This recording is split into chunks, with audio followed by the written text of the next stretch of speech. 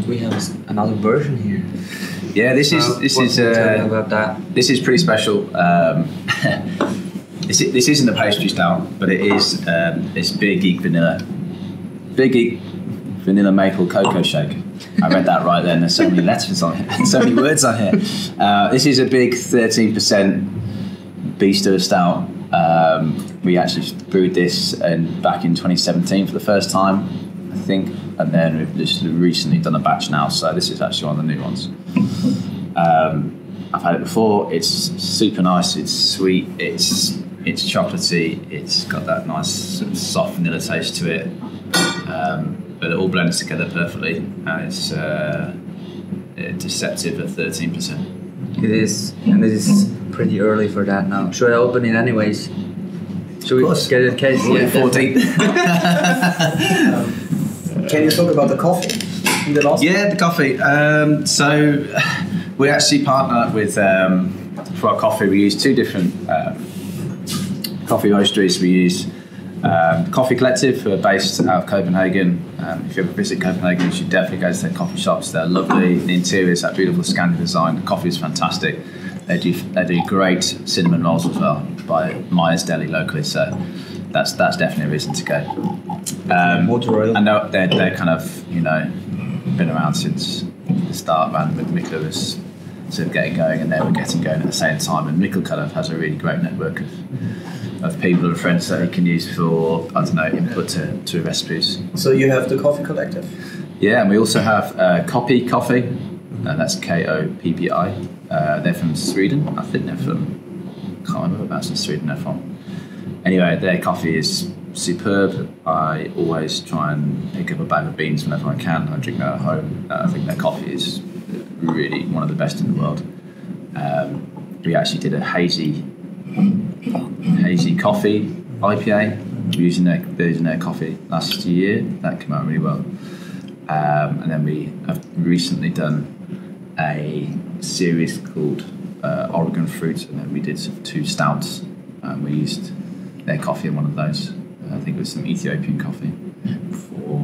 So you go in for fruitiness in an Arabica bean when you're using that for... It depends on the bean and depends on the recipe. You wouldn't want to go for like a sweeter flavoured bean in a stout, for example. Mm-hmm. You probably want to go for like a darker bean for that more pronounced roasted note. But when it comes to lighter beers, we did a Berliner Weiss with strawberry and coffee. But we used Kieni coffee from Kenya, so it's a bit sweeter, so it complemented, and it was more prevalent in a lower ABV beer, and it balanced quite well with the fruit as well added. That's one of my favourite beers last year we did. Was there a big change in the beans used from the first version at home to that version now? Probably.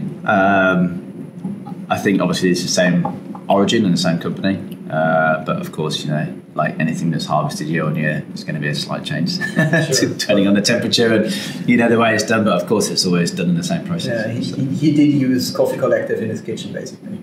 Yeah, he did. Yeah, of course, he would have used it. Anyway, this is crazy.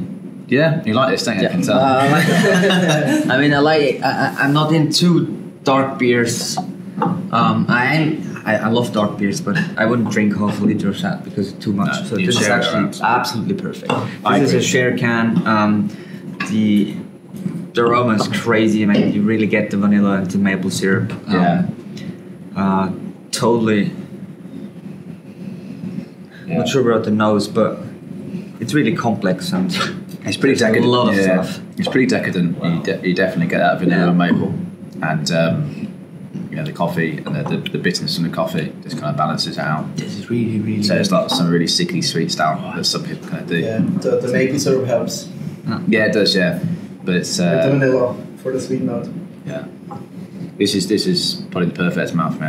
I agree with you. I'm not hugely into dark beers and stouts, but I do quite like just a little bit, just to share with some friends. Well, I know these people that are into stouts and imperial stouts, they're gonna love this because this is like, it's not like the classic ones. It's like it has some more. But it's 13%. You wouldn't even know that, would you? No.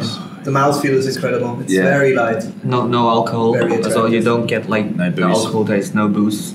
not boozy at all. Actually, no, it's not. Really, really dangerous stuff. But Yeah, it is. We actually brew a lot of our stouts at Lervig, based in Norway. Yeah. Because of the kit they have, or because they're into dark beers? And Mike Murphy, who's the head brewer there, he just makes fantastic stouts. Mike Murphy. Really, really good. And he's a friend of Mikkel's, and of course Norway's not too far away either. So it just kind of made sense really, and we're super happy how the stouts come out. Of course, they're all Mikkel's recipes, but they're executed by Mike. And so that's some trust there. Sure. Of course, yeah. I mean, we would never make beer with someone who we didn't trust.